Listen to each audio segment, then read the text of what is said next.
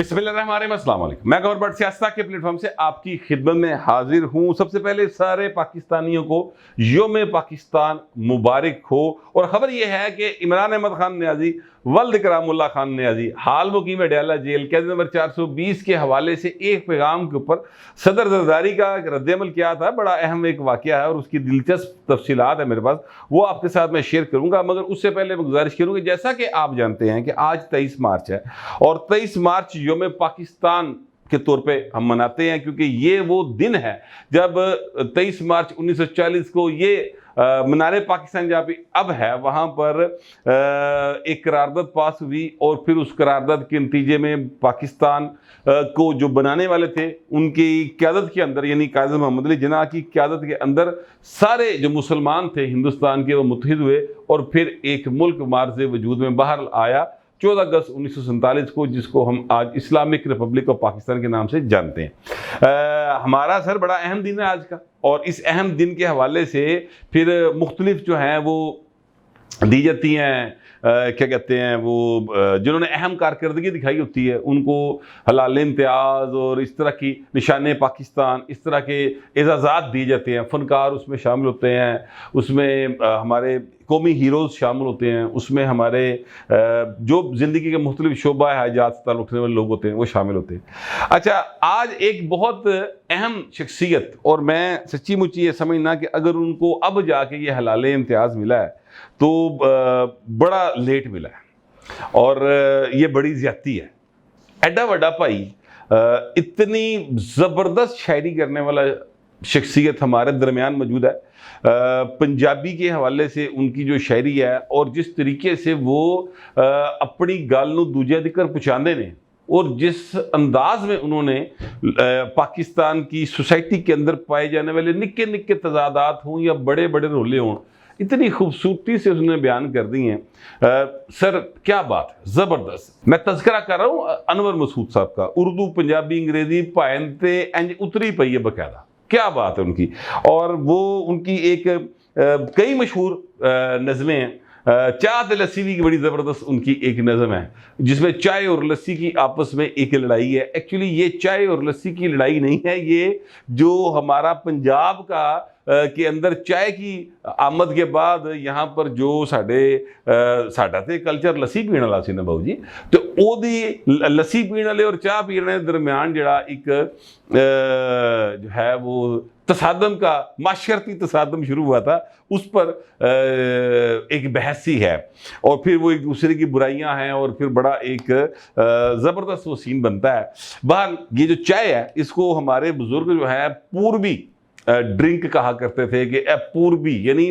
मगरिब से आया हुआ जो है ये ड्रिंक है और ये पीने से आप अंग्रेज़ों के गुलाम हो सकते हैं। इस तरह की अप्रोच ही साढ़े बुजुर्गों की, पंजाब के जो लोग थे उनकी। लेकिन फिर भैन फिर वेले के नाल चीज़ां रच वस जांदियां ते चाह भैन जिंदगी का अहम तरीन जुज़ बनी। वैसे चाय जो है वो अगर पीनी हो, हकीम ये कहते हैं कि दूध तो बगैर पीनी चाहिए, दूध पा के पियोगे तो एसिडिटी करेगी। हकीम कहते जी भाजी मैं तो इन्ना चाह का शौकीन कोई नहीं, लेकिन वैसे मैं आपको बता दूँ। अच्छा, मैं आपसे गुजारिश करूँ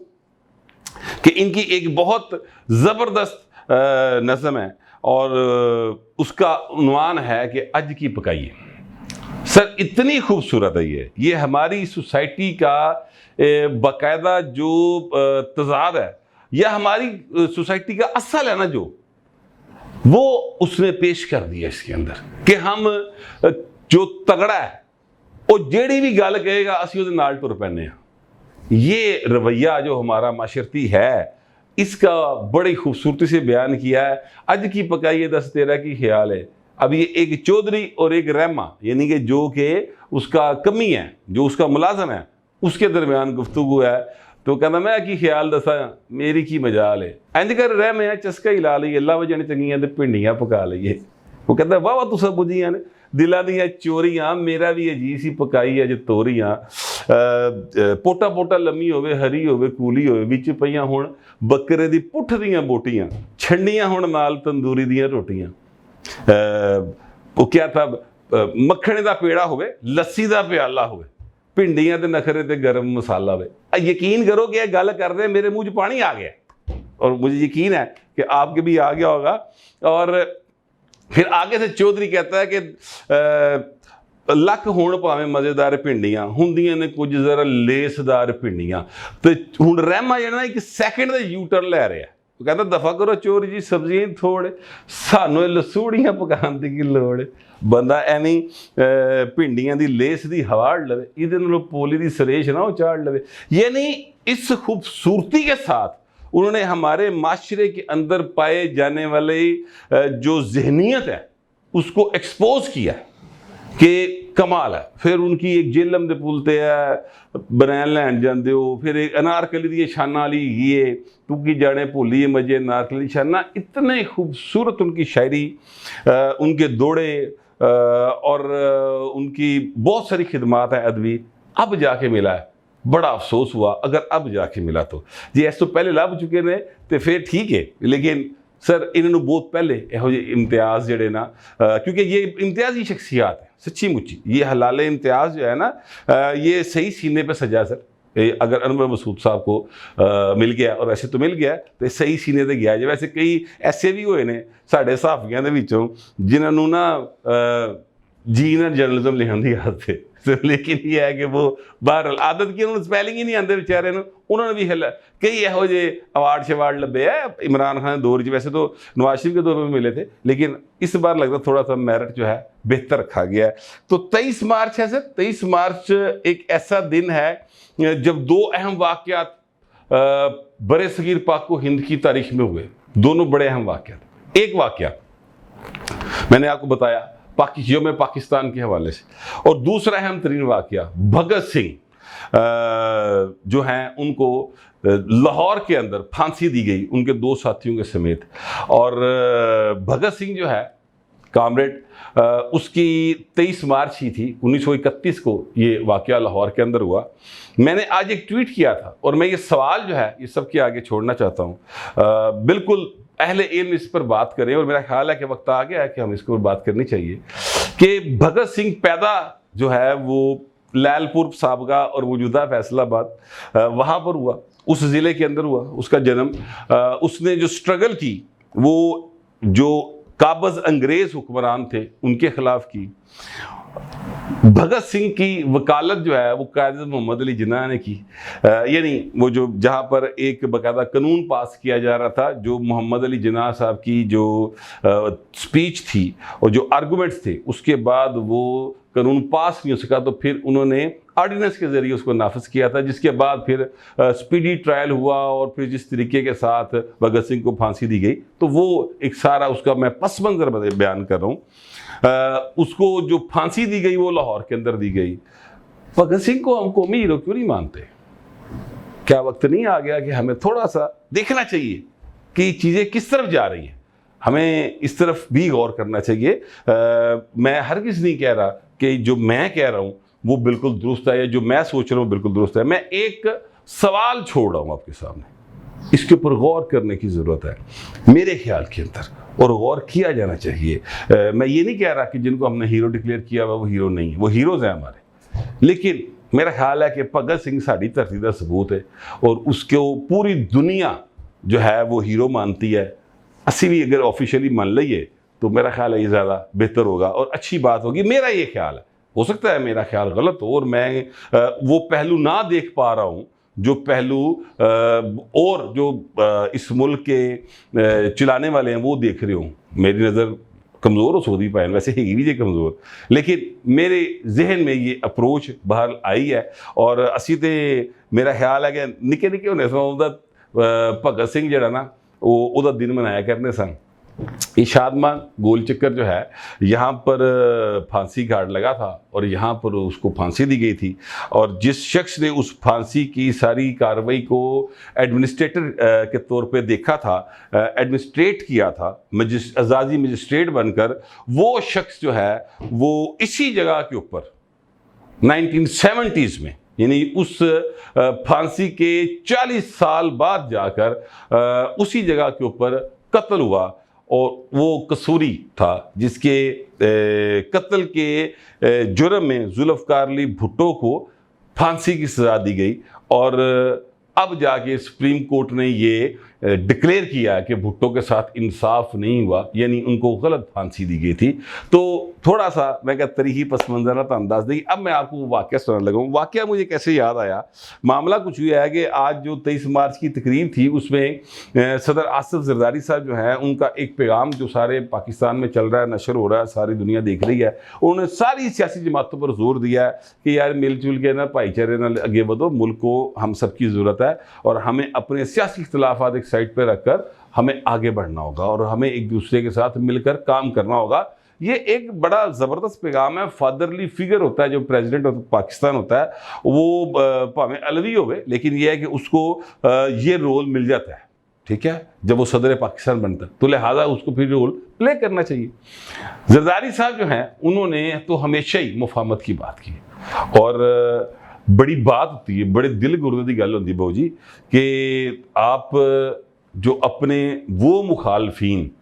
जिन्होंने आपको आपके बच्चों से दूर रखा हो, उनको आप बाकायदा तौर पर ना सिर्फ सीने ना लाओ बल्कि मुल्की मुफाद में सर हुक्मरान बना दो फट के। एड्डा हौसला चाहिए, एड्डा हौसला। जरदारी साहब जितना हौसला बहुत कम लोगों में, लेकिन बहरहाल आसिफ जरदारी साहब ने ये हौसले दिखाए हुए। अब वाकया ये है कि जब जरदारी साहब सदर पाकिस्तान बन गए तो हमारे सीनियर है सुहेल वड़ाई साहब, किसी तारुफ के मुहताज नहीं, सारे जानते हैं कि सुहेल वड़ाई साहब जो है वो मुफाहमत के लिए बड़ी देर से सरगर्म है। जब से इमरान खान उतरे हैं मसनद इक़्तिदार से, जो मतलब उन्होंने झोली तो टिका दिता गया है, तब से सुहेल वड़ाई साहब और उनके बहुत सारे और जो साथी हैं जो इकट्ठे मिलकर चले थे। वैसे बाकियों का ख्याल था कि चलो शायद कोई इधर को थोड़ा टिक्का होर पासों भी वजेगा तो असी को गेम बना लाँगे अपनी। बड़ी मुद्दत हो गई थी ना, एक साउथ एशिया का एक फोरम बंद पड़ा हुआ था तो डॉलर आने रुके सन, तो एक तो बंदे का ख्याल थी कि उधर डॉलर आ जाएंगे, लेकिन वो काम नहीं सीगा। तो सुहेल वड़ाई साहब अपने मकसद में सिंसियर आदमी, वो डॉलरों के चक्कर में नहीं थे, इसलिए वो अभी तक उस बात पर कायम और मुसलसल स्ट्रगल कर रहे हैं कि सारी सियासी जमातें एक पेज पर आ जाए और इमरान खान जो है ना उनके साथ मामला बेहतर हो जाए। तो अब ये जो मैं आपको बात बता रहा हूँ ये मुझसे खुद सुहेल वड़ाई साहब ने ही मैंने उनसे पूछा था, तो फिर उन्होंने मुझे उसकी कुछ तफसील बताई थी। सुहेल वड़ाई साहब ने जरदारी साहब से मुलाकात की और अपनी किताब उनको दिखाई, वो तो शाबाश लेती होनी है। और वड़ाई साहब ने जरदारी साहब से कहा कि ये जो इमरान खान है इनके साथ मामलात को बेहतर किया जाना चाहिए और कोई वफद जाना चाहिए, क्योंकि इमरान खान तो बाहर नहीं आ सकता, तो कोई वफद जाना चाहिए, हुकूमत की जानी चाहिए और जाके मुज़ाकरत करे इमरान खान के साथ कि भाई बस ठीक हो गया, तू अंदर है बाहर है, जो केस चल रहे चलते रहेंगे, लेकिन हमें एक मुल्क के लिए आपकी पार्टी को मैंडेट भी मिला है एक सूबे के अंदर, आप वहाँ पर हुकूमत करें, लेकिन यह है कि मिलजुल के चलो, गल्लां नूं अगे बढ़ाइए। तो इस तरह का सीन करना चाहिए। अब बकौल सुहेल वड़ाई साहब के जरदारी साहब ने उनकी इस आइडिया से इत्तफाक किया, तो वड़ाई साहब ने उनसे कहा कि आप हुकूमत से बात करें, तो जरदारी साहब ने बकौल सुहेल वड़ाई साहब के उनसे कहा कि हाँ मैं बात करूंगा, लेकिन सुहेल वड़ाई साहब जो हैं वो कहते हैं कि जब मैंने ये बात की तो वहां पर जो लोग मौजूद थे उनमें से कोई भी मेरे साथ इत्तफाक नहीं कर रहा था, वो सारे कह रहे थे कोई फ़ायदा नहीं भेजने का, और कोई बंदा ये नहीं चाहता था कि जनाब ये बात आसिफ जरदारी साहब आगे करें। लेकिन सच्ची बात तो ये है कि अगर ये बात जरदारी साहब आगे करें भी, अब ये बात मैं कह रहा हूँ, ये वड़ाई साहब भी खाते ना पा देना, ये बात मैं कह रहा हूँ कि अगर जरदारी साहब आगे बात करें भी तो मेरा नहीं ख्याल कि अभी हालात ऐसे हैं कि इमरान खान से बात करने को हुकूमत तैयार होगी, या अगर हुकूमत बंदे भेज भी दे तो इमरान खान तैयार होगा उनसे बात करने के लिए, क्योंकि इमरान खान जो है ना वो सर 12 साल नली में डाल के रखो टेढ़ा ही निकलेगा। अब इससे आगे मैं बात नहीं करना चाहता। तो वो साहब जो हैं वो अभी उनको ये उम्मीद है कि 5-6 महीने में बाहर आ जाएगा, अभी ये उनकी उम्मीद है, अभी ये उम्मीद उनकी ख़त्म नहीं हुई, उन्हें यकीन नहीं कि उनको सजा भी कोई देसी कुकड़ पे लाभ देना खान नू। जरदारी साहब वर्गे 6 महीने कढ़ा दो, जिस उन्होंने 12 साल कढ़े तो भाई ठीक हो जाएंगे। 6 महीने बड़ी दूर की गल है, मेरा ख्याल है कोई महीना भी कढ़ा दे तो कल जो है वो क्या होता है कल पुरजे ठीक हो जाएंगे। हाँ जी, एंड बिल्कुल चैन गरारी फिट हो जाएगी सारी। लेकिन अभी ऐसा लगता नहीं है कि उनके साथ होगा, इसलिए वो भी नखरे करेगा, तो वो भी नहीं चाहेगा। और वो ये कहता है हर पेशी के ऊपर साफी के साथ बात करते कहता है कि मैं तो एस्टेब्लिशमेंट के साथ क्या तो मैंने गल करना, इन्होंने तो मैं गल ही नहीं करनी, मैं तो उनके साथ बात करना चाहता हूँ। तो ये ख्याल उनका इस वक्त तक है। बहरहाल जरदारी साहब ने अभी तक तो मेरा ख्याल है कि बात नहीं की है शहबाज शरीफ साहब से, क्योंकि जरदारी साहब बड़े समझदार आदमी हैं, उनको पता है किस वक्त किस जगह के ऊपर किस बंदे के साथ क्या बात करनी है। वो ना अपना वक्त ज़ाया करते हैं, ना ही वो अपनी कुव्वत को ज़ाया करते हैं। समझदार तरीन सियासतदानों में से एक हैं। तो लेकिन ये एक अहम बात है जो अब तक मेरे ख्याल में आपके नॉलेज में नहीं आई थी कि जरदारी साहब असूली तौर पर ये समझते हैं कि ये इस बात से इत्तफाक करते हैं, बकौल से बड़ा इसके, कि इमरान खान के साथ बात की जानी चाहिए।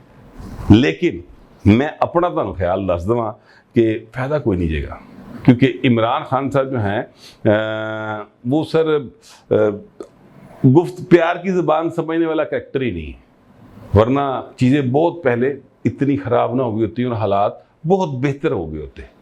मैं कम अज़ कम ऐसा समझता हूँ, हो सकता है मैं गलत समझता हूँ, लेकिन आप जो समझते हैं ज़रूर लिखिए, मगर ज़रा तहज़ीब के साथ। फिर वक्त इतना मिलते अगले विलाग।